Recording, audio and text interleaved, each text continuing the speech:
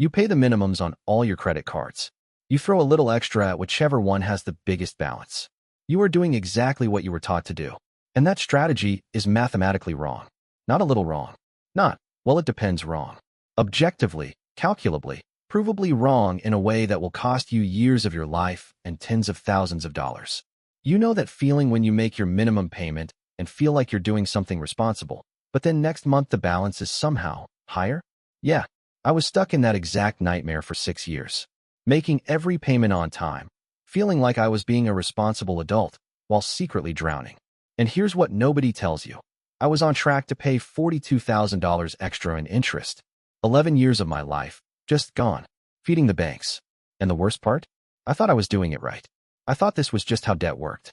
Until one afternoon, sitting in my car before walking into work, I pulled up my credit card statement and actually looked at the numbers, like really looked, and something clicked that changed everything. What I'm about to show you is the exact strategy that got me out, and when you see how simple it actually is, you're going to be furious that no one explained this to you sooner. Let me break down exactly what I found. And here's the thing, everything I'm about to show you, it's built around what I call the 5-minute test. If I can't explain how to do something in 5 minutes or break it into 5-minute steps, it's too complicated. Real change happens in small, doable chunks. So that's exactly how we're doing this. Those methods are better than paying minimums, but they are still oversimplified for anyone with more than 2 or 3 debts. And as of May 2026, there is a better way that almost nobody is using yet. AI debt optimizers can calculate the actual optimal payoff sequence considering your interest rates, tax deductibility of certain loans, psychological milestone wins, balance transfer offer windows, income-driven repayment plans for student loans, and forecasted income changes, all at once. Not 5 tips, not a strategy, the mathematically perfect sequence for your specific situation. Let me show you the numbers. Then I am going to walk you through exactly how to do this yourself in under 10 minutes using free tools. As of May 2026, the typical American household with debt has about $7,800 in credit card debt at an average annual percentage rate of 24%. They have $28,000 in student loans at 6.5%. They have a $24,000 auto loan at 8%. And they have around $8,400 in medical or personal loan debt at 14%. Total debt, around $68,000. If you pay just the minimums on all of that, you will be making payments for around 24 years. 2 decades. Your kid will graduate high school before you are debt-free. If you use the naive avalanche method, highest interest rate first, and put an extra $300 a month toward debt, you will be debt-free in around 14 years. That is better, but it is still not optimal. An AI-optimized strategy that includes balance transfer maneuvers, forbearance optimization, income-driven repayment plan analysis on the student loans, and dynamic monthly reallocation gets you debt-free in around 13 years. The difference between paying minimums and using the AI-optimized plan? 11 years of your life and around $42,000 in interest savings.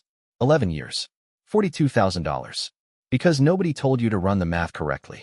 The credit card companies count on it. So what does AI do that a human does not naturally think to do? First, it identifies the balance transfer offer you are eligible for right now that would save you the most money. Let's say you have $5,400 sitting on a card at 24% annual percentage rate. There is a 0% balance transfer offer available for 18 months with a 3% transfer fee. A human sees that and thinks, is it worth it?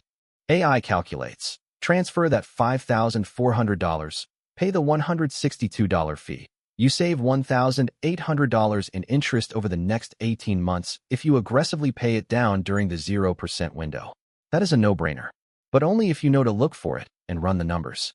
Second, it catches that your student loans would qualify for the SAVE or IBR income-driven repayment plan. Right now, you are paying $420 a month on your student loans because that is what the servicer told you to pay. But if you apply for income-driven repayment based on your current income, your payment drops to $230 a month. That is $190 a month you just freed up. AI tells you to redirect that $190 immediately to your credit card snowball. A human might just think, cool, lower payment, more breathing room. AI says, no, that $190 goes to the 24% interest credit card right now. Third, AI spots that paying an extra $50 on your auto loan saves you more money than paying an extra $50 on your student loan, even though the auto loan interest rate is higher. Why? Because student loan interest is tax-deductible and auto loan interest is not. The after-tax cost of your student loan is lower than the stated rate.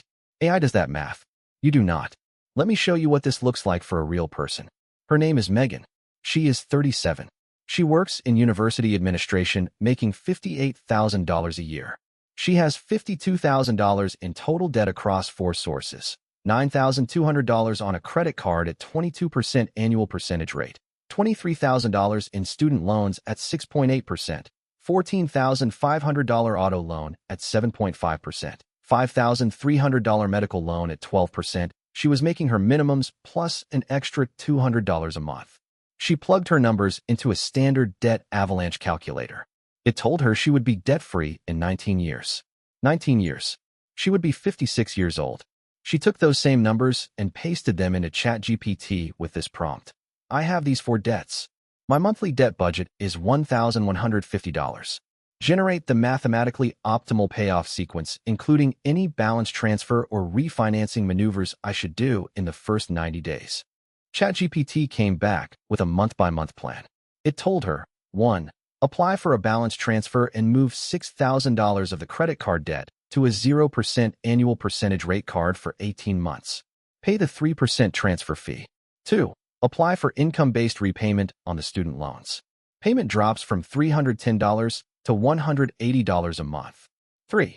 Take that freed up $130 plus the interest savings from the balance transfer and attack the medical loan first, even though it is not the highest rate, because it is small enough to eliminate in 4 months, giving you a psychological win and freeing up another minimum payment. 4. After the medical loan is gone, snowball everything into the remaining credit card balance. 5.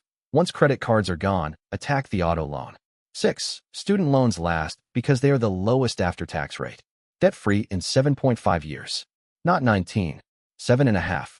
She saved 11.5 years of payments and around $31,000 in interest. Megan was going to pay an extra $31,000 because nobody told her to run the math correctly. She did not need to earn more money. She did not need a side hustle. She needed 10 minutes and the right calculator.